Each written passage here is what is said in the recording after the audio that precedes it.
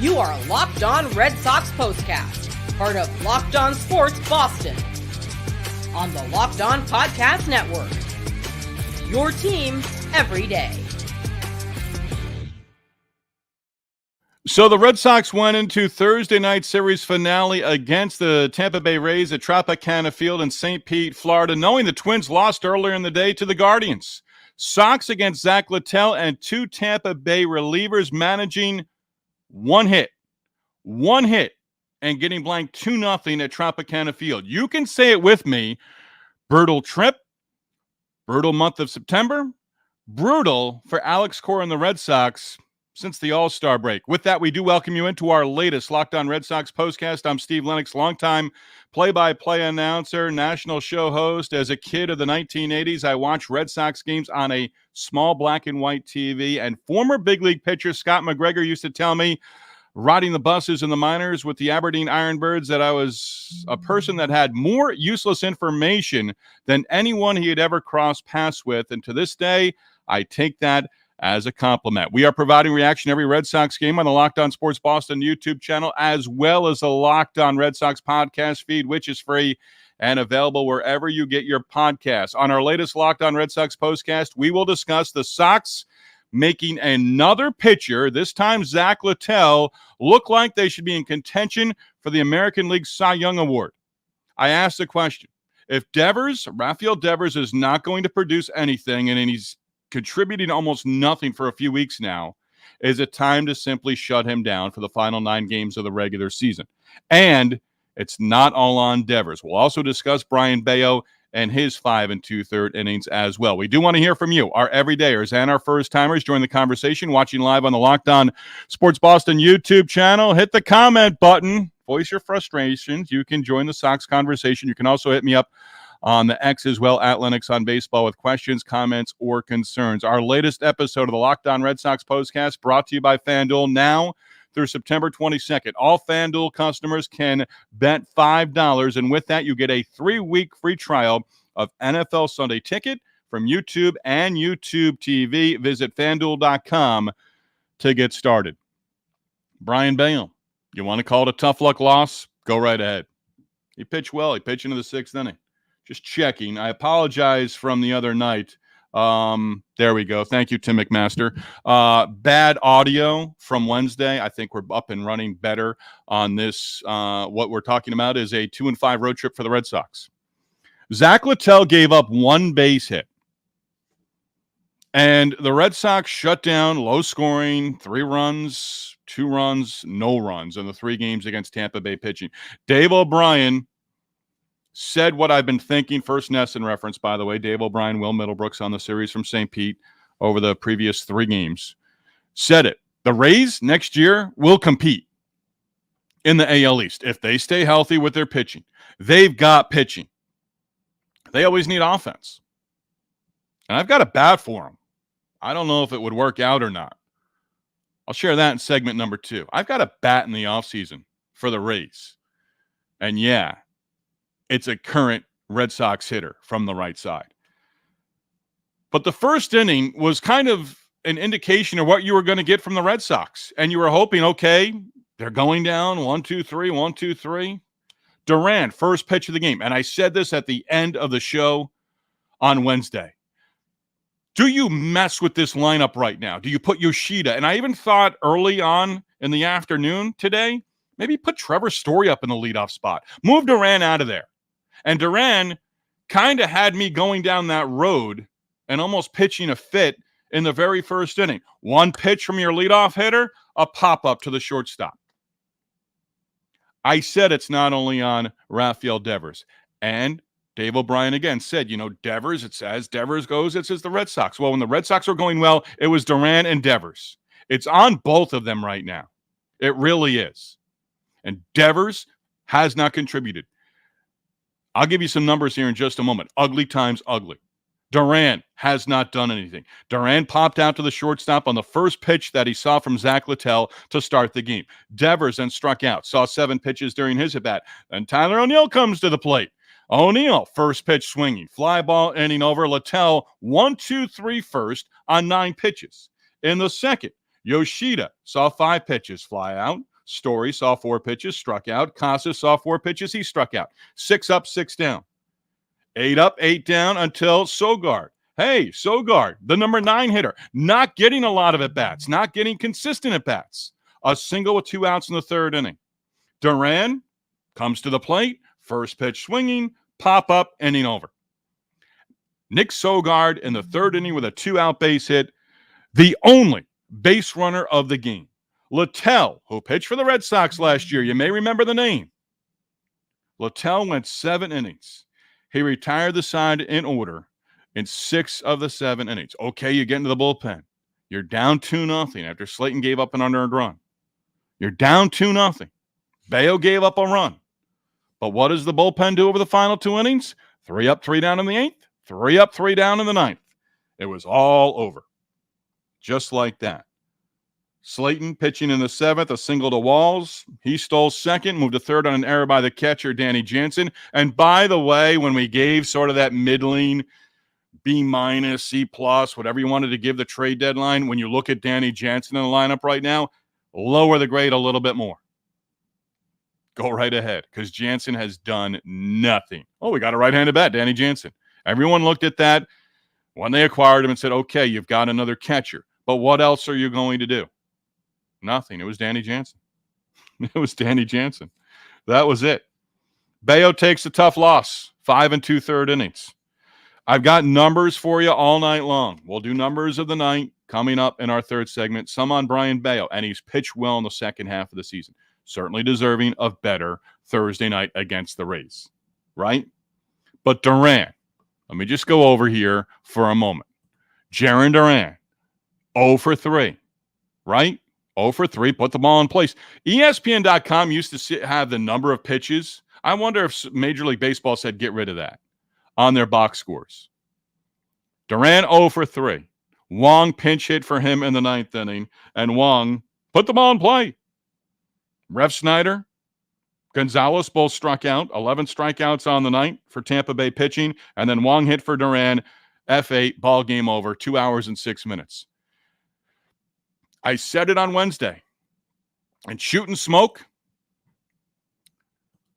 I went and double-checked. I don't know if Shooting Smoke's with us on the Locked On Sports Boston YouTube channel or not. But I said it Wednesday. Where's Rob Refsnyder? And Will Middlebrooks even said it late in the game. Well, Rob's getting an at-bat here. He was scratched. I believe it was from game 1 of the Yankees series at the beginning of the road trip, sore wrist. Shooting Smoke threw out there. IL. I had never seen that. I didn't see it in any of the transactions over the last handful of days. He got the at-bat in the 9th inning, and he struck out. Romy Gonzalez came to the plate, and this is where I'm going to give you a true confession. Gonzalez saw, 10, 11 pitches, maybe the best at-bat put together by a Red Sox hitter on the night. At that point in time, my game is selfish. My game story is written to put on the Locked On Sports Boston YouTube channel. I've edited it, trying to make sure I don't have any mistakes in there. Gonzalez with that long at bat, I'm like, come on, do not reach here. Romy Gonzalez with 3 pinch hit home runs this season, don't reach. The story's written. One hit. Bob Uecker, Major League, is that all we got is one bleeping hit? You can't say bleeping on the air. Oh, finish it there.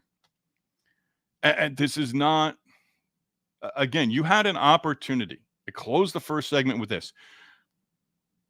They're talking about it, and I'm going to make 2 points here. One, you're in the clubhouse at Tropicana Field on Thursday. You watch the Guardians walk off in extra innings against the Twins.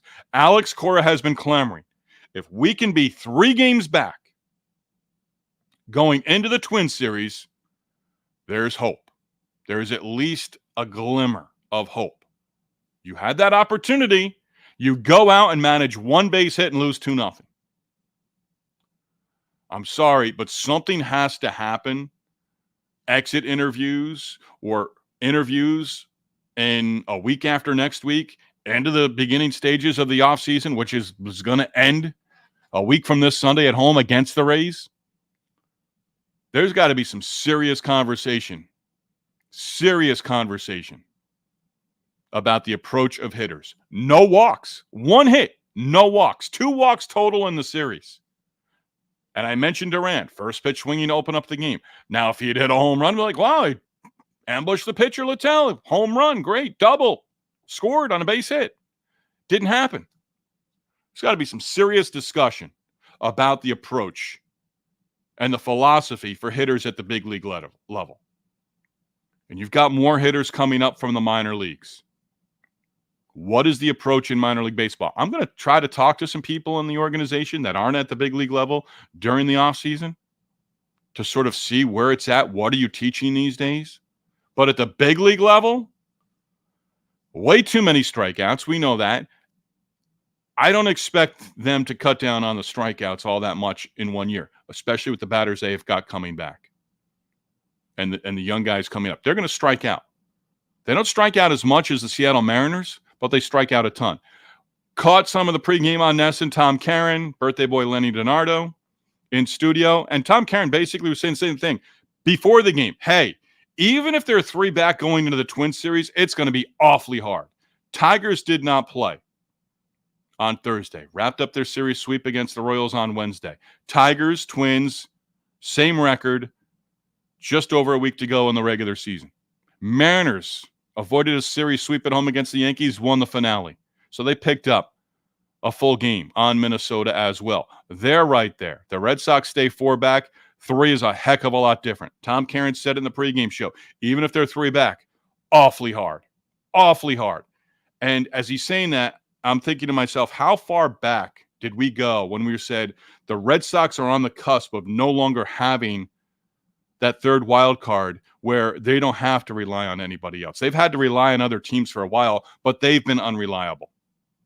They've absolutely been unreliable. 2-5 trip through New York and St. Pete against the Rays. A game under 500, 76 and 77.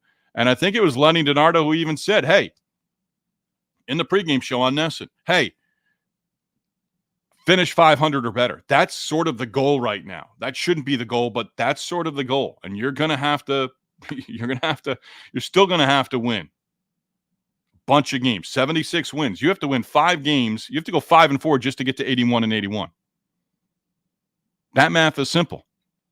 And Tom Caron said, hey, the goal right now may not, finish in 3rd place. The Rays are right there too. The Rays, hey, 75 and 78. The Rays possibly, they've got 3 games. Oh, we're playing for 3rd place at the end of the season at Fenway Park, Rays and Red Sox. 9 games left in 10 days. 5-5 now against the Rays. Now 1-8 in the final game of a series over their last 9 series. That also tells you an awful lot. So I'm just trying to throw some of these ugly numbers out there for you to back up the points we're trying to make here. Again, with us on the Locked On Sports Boston YouTube channel, hit the comment button and join the conversation. I wasn't going into this saying about a Red Sox hitter, but they talked about it yesterday. I mentioned the Rays. They're going to be good next year. If their pitching is intact, they're going to have solid starting pitching. They'll figure out hitters. I've got a hitter that, why not? Could he look good in Tampa Bay? Discuss that next. Locked On Red Sox postcast, Locked On Sports Boston, your team every day, presented by Arena Club. For most of us that like collecting cards, the idea of spending $2,000 or more on a Luka Doncic or Ellie De La Cruz or a Patrick Mahomes rookie card, it's just not in the cards for us. I love collecting, I do, but that's some serious money to drop, and that's not even close to my territory. Now, thanks to slab packs from arenaclub.com, it's now possible to score gem mints for a fraction of their retail price. Arena Club is the only repack that provides real value, a complete view of all possible cards, and clear hit rates for each one. Arena Club slab packs are revolutionizing the repack game with transparency. After your pulls are revealed, they will be immediately placed in your showroom for safekeeping, selling, trading, or for auction. The Arena Club grading process is accurate, fast, transparent, with a full grade rationale provided and explanation of how your card was scored. Whether you are buying, selling, trading, or displaying, Arena Club is the card collecting platform that you have to check out. Right now, you can get 10% off your first slab pack or card purchase by going to arenaclub.com/LockedOnMLB. Again, use the code LockedOnMLB. That's arenaclub.com/LockedOnMLB. Use code LockedOnMLB for 10% off your first purchase.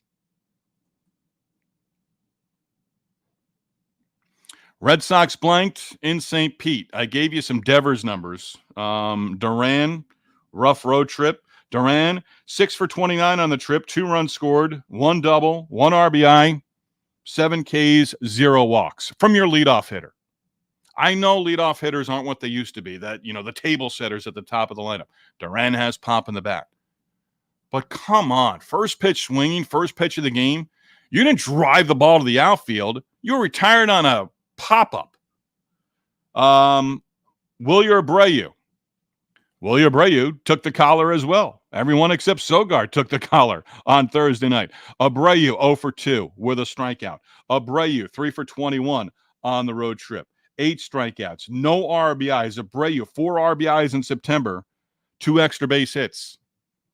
How do you discuss Jarren Duran just a few weeks ago? These discussions now are for the offseason, which is right around the corner. But how do you discuss Jarren Duran falling off the way he did? How do you discuss Cedar Rafaela falling off the way he did? Wilyer Abreu. And when the Red Sox were talking and promoting Jarren Duran is the MVP conversation, that ended weeks ago. Rafaela, Abreu, in consideration for AL Rookie of the Year. Wasn't realistic for Duran, but be in the conversation. He was there with Judge Witt. You could make arguments for Jarren Duran at one point just a few weeks ago. Same for Rafaela. Same for Abreu. That went away. That absolutely went away. So we're going to get into Brian Bayo's outing here in just a moment. But it was on, I think it was Jemai Webster who talked with Tyler O'Neill. He's going to lead the club in home runs. Not enough RBIs for me. Too many strikeouts. But he's a free agent this upcoming offseason. And I think Dave and Will on the Nesson broadcast, Dave O'Brien, Will Middlebrooks, even, sort of went down the road of, what's it going to take? And I didn't know this, but he's a Scott Boras client. So, okay. Hey, he's reached free agency for his big league career. He's deserving to see what's out there on the market. Right? But Andrew Benintendi, 5-75, no. 3-45, 3-60, somewhere in that range. I had the conversation. Can the Rays afford that? I don't know what's out there for Tyler O'Neill. I don't know what teams, where he's at on their boards right now. Hey, we need a right-handed bat. The Red Sox need a right-handed bat. He seems to be a pretty good fit.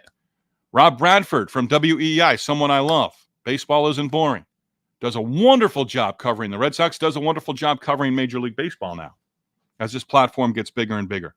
And he said it on the pregame. Hey, the Red Sox are going to be in need of a right-handed bat. Well, you might add a right-handed bat, but you're also going to let a right-handed bat walk out the door as well.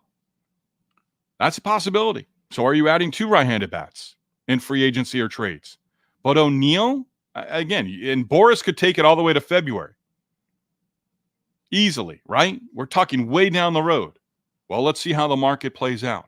Boras and clients know that of Scott Boras. Tyler O'Neill's going to know, already knows that. Hey, it might be a long off season. I might have family saying, when are you going to sign? I might have friends texting me, when are you going to sign? Are you going back to Boston? It seems like there'll at least be conversations. But the Red Sox, to me, how it plays out eventually will be, look, this is the deal on the table. We need a yes or a no. And Boras may say, we're not even close to making a decision. Because Boras has his list of clients. And Tyler O'Neill's probably not at the top, although 30-plus home runs this year for the second time in his career. But could the Rays just wait it out? Hey, Tyler O'Neill could fit us. Hey, he's not getting what he thought he would get. We'll give him this. Could you see Tyler O'Neill in a Rays uniform next year coming to Fenway Park? I throw it out there right now, and I do think it's a real possibility. Brian Bayo, what can you say? Didn't get the run support, obviously, in a 2-0 loss. But Bayo pitched well, and I like when he comes off the mound after getting a big out, slaps his glove, shows some of that emotion. Do you need it? But he was invested in it. He was there. And I'm not saying he wasn't invested in the past, but sometimes he looks somewhat indifferent. Tanner Houck, there's an intensity there. I think there's an intensity with Bayo too, but when he shows that, I love that. And he did it once or twice coming off the mound after getting the final out of an inning. But gave up the single to Siri, and then Carlson reached with a base hit, and Lau with the sac fly in the third inning. The Rays know how to manufacture runs. The Rays know they're not always going to be able to rely on the home run the way they did in the series opener a couple of nights ago. They don't hit multiple home runs in games that often. 4 home runs in game 1 of the series. So they manufactured the run. And then they added on. Walls in the 7th against Slayton. Single, E2 on a stolen base. Went to third. And he scored as Carlson, again, shot the ball around home plate. Put the ball in play. Good things happen when you put the ball in play. The Red Sox don't put the ball in play. Haven't for a while. Have not for a while. 1 hit. 11 strikeouts, no walks, and I know I'm repeating myself here, but I'm just, again, proving the point. The offseason of what the offense was, hey, the starting pitching, you're going to get these guys to the end of the road next week. Houck has said, I want to make my final 1 or 2 starts. That's an accomplishment for Tanner Houck. Now, next year, when he's hitting certain inning limits, it's like, hey, I've been here before. Now, do you expect him to throw 40 to 50 innings more next year? No, but you've now established a new foundation for number of innings you've pitched in the season. Again, just like this year, next year, it will be important for Tanner Houck to get through an entire season as healthy as possible. And if he blows out, he was going to blow out anyway. So I don't want to hear in 2025, well, he blew out his elbow. No, he's had shoulder fatigue. He's been honest with the training staff. He's been honest with the organization. They've pushed him back. They've done different things. It's worked for Tanner Houck. Bayo has to stay healthy. And these guys will be better next year for what they've gone through in 2024. I'm steadfast in that thinking. At bat of the night, it's awfully hard to come up with one for the Red Sox. But really, I'll give you the at bat of the night. It's Carlson, runner at third, less than 2 outs, infield in a high chopper. Sogard got the out at first base, but Walls scored the run to make it 2-0 in the 7th inning. And on this particular night, you just knew it was over. So a high chopper off the plate area, resulting in the second run coming across from the Rays. That is our at bat of the night. A tip of the cap to Brayan Bello. But the ugly times ugly right now is anyone in the Red Sox lineup. Too little, too late. Maybe tonight was the night where you move things around in the batting order. You've moved Devers to that number 2 spot. He's been in that number 2 spot now for a while. Guess what? Did not work. And I know it'd be hard to say, Rafi, we're going to move you down in the order. We're going to move things around. Jaron, if Rafi had a reaction, I'd be fine with it. If Jarren Duran, if they went to Jarren Duran right now and said, hey, we're going to move you out of the leadoff spot for the Twin Series, the entire series, and if he had a negative reaction to that, I'd have red flags. Because, again, in that leadoff spot, your job is to get on base. Your job is to see pitches. Your job is to score runs. Brad Pitt, as Billy Beane in the movie Moneyball, and even in the book, I pay you to get on base. Only one guy got on base for the Red Sox on Thursday night in losing 2-0 to Zack Littell and 2 Tampa Bay Relievers. Numbers of the night, again, comment section, Locked On Sports Boston YouTube channel. Hit us up. Voice your frustration if you'd like. Locked On Red Sox postcast presented by FanDuel. You've heard us talk about FanDuel, America's #1 sportsbook. Well, we have something a little different for you. Now through September 22nd, all FanDuel customers can bet $5 and get a 3-week free trial of NFL Sunday Ticket from YouTube and YouTube TV. Then, with a YouTube TV base plan, you will be able to watch every regular season Sunday afternoon out-of-market game. All you will need is a Google account and a current form of payment, and you can cancel anytime. Visit FanDuel.com. Download America's #1 sportsbook. Again, FanDuel.com to download America's #1 sportsbook.